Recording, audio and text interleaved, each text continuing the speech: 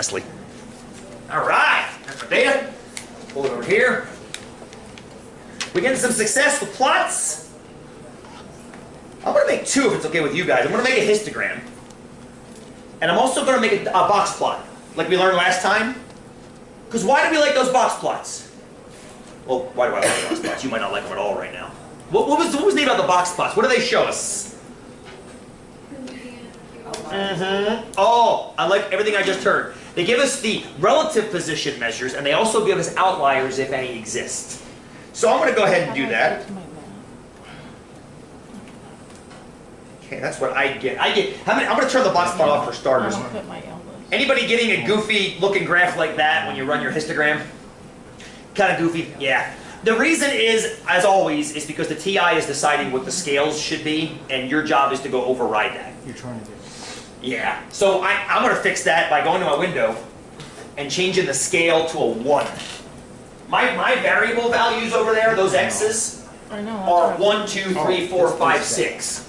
They're not 0.55, 1.6, 2.1. So if I change that to a 1 and then just press graph, it's going to look a lot better. Now, doesn't look great because I'm definitely missing a bar out here, but I can fix that too, can't I? It's maxed out at 6.55. Just max it out at 7 instead. And now I get my histogram. Cinder, where's this bell curve? I guess. It's a tricky question. Yeah. It's a tricky question.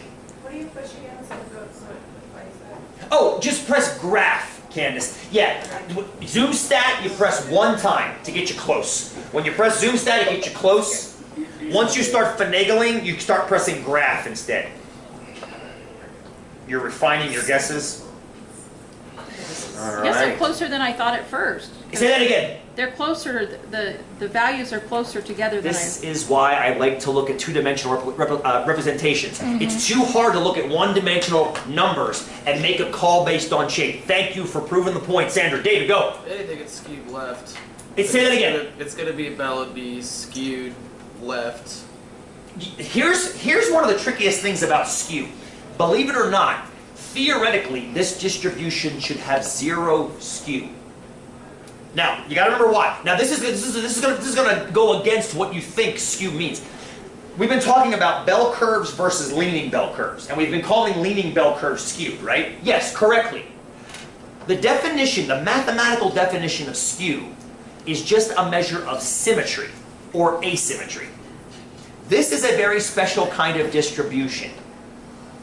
Now, it might not be inherently obvious to know what that's supposed to look like. You got to remember that these numbers that you just got won't look exactly the same if you do it again. Yesterday, the class that did it yesterday, it was 44, 44, 43, 41, I think this was 50, 44. It was close to what you guys got, but it wasn't the same. It wasn't the same. David, go. And if we had a bigger class, we'd probably get closer and closer to all 6 being even. Aha! So David has made a hypothesis. That you see these little inconsistencies that Sandra just mentioned. Oh, now that I see them, they don't look quite as different. Now, of course, the news media. The news media. What's our smallest number? 38? 38. The news media is going to do this. Look at those differences! News media is going to do that, aren't they? Look at how many 6s! We've got a problem with 6s! We need to start governing 6s and regulating 6s and taxing 6s! I'm being exaggeratory here, of course. But the point is, some of you guys actually put that on your exam because they didn't do that. It wasn't misleading. Good for you. Good for you. I'm going to change that back to 0 to show that, yeah, those look pretty much the same to me. Those look pretty much the same, within experimental plus or minus wiggle room. So what David has just correctly called this distribution is what, and it should be, a uniform distribution. I'm going to put this word in the back of your mind. This is called a uniform data set. That means that in reality, you should get the same number of 6s as 5s, as 4s, as 3s, as 2s, as 1s. I mean, that's kind of the point of a die if you think about it, isn't it? You get 6 numbers or 6 events that are equally likely. That's the idea of uniform. A coin is a uniform distribution. Heads and tails. A coin is a two-sided die, if that makes sense. A die is a six-sided die. A deck of cards is a four-sided die, is it not? A deck of cards, if you count the suit that comes out of the deck of cards, it's a four-sided die. Diamonds, hearts, clubs, spades. Assuming you put the cards back in each time, but you pull one out. That's a big assumption. Candace, answer that question. I was just thinking about, what about all the different numbers though? You have one. Oh, I'm saying you can treat the deck as a four-sided die if you only pay attention to the suit, not the number that comes out. You can also treat it as a 13-sided die.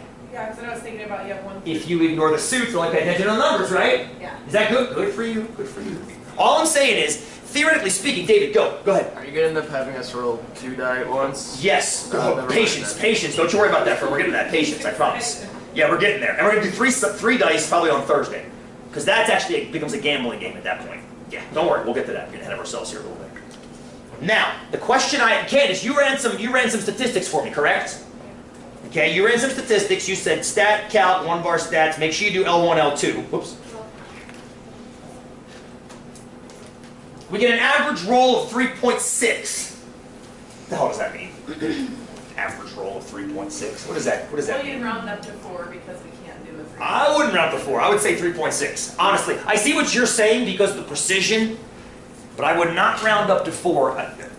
Let's not worry about that right now. Okay. Let's not worry about that right now. I want to come back to worrying about that on Thursday. That's a very good point, though. What does it even mean? What does it even On mean? average, we're rolling 3.6. Well, but what does that mean? I know this drives you guys insane when I ask you these questions. Linda, go! Don't worry about it. I'm not worried. I'm just excited. It's the distance between, That's this. oh, okay.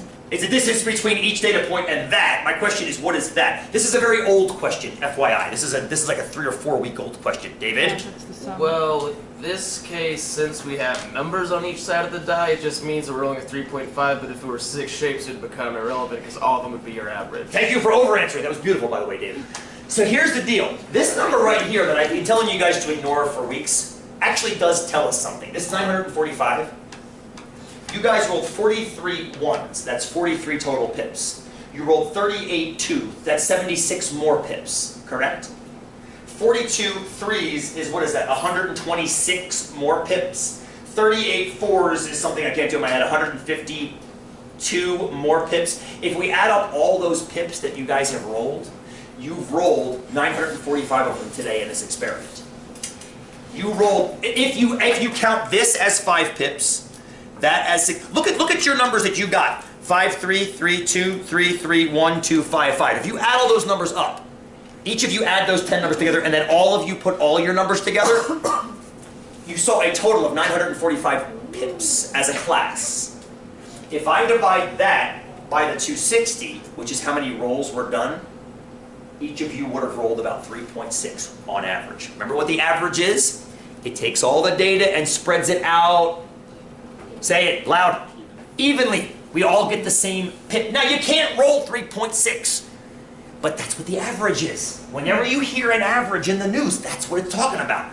You can't actually roll 3.6, but that is the average. So the next question I have is, how useful is that to us when you're talking about a single die? Linda's saying, not at all. Why are you even talking about it? That's a good question. That's a good question. Why are we even talking about it?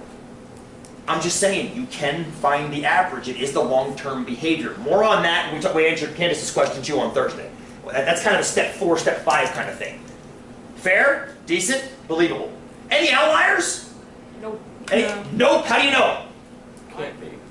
There can't be. Why can't there You be? only have 1 through 6. You're confined within those numbers, so Ooh, you're doing it okay. every time. Like I said, it's like every number on average you're rolling. Okay, so David, you're actually answering it 2 ways, and I love both ways.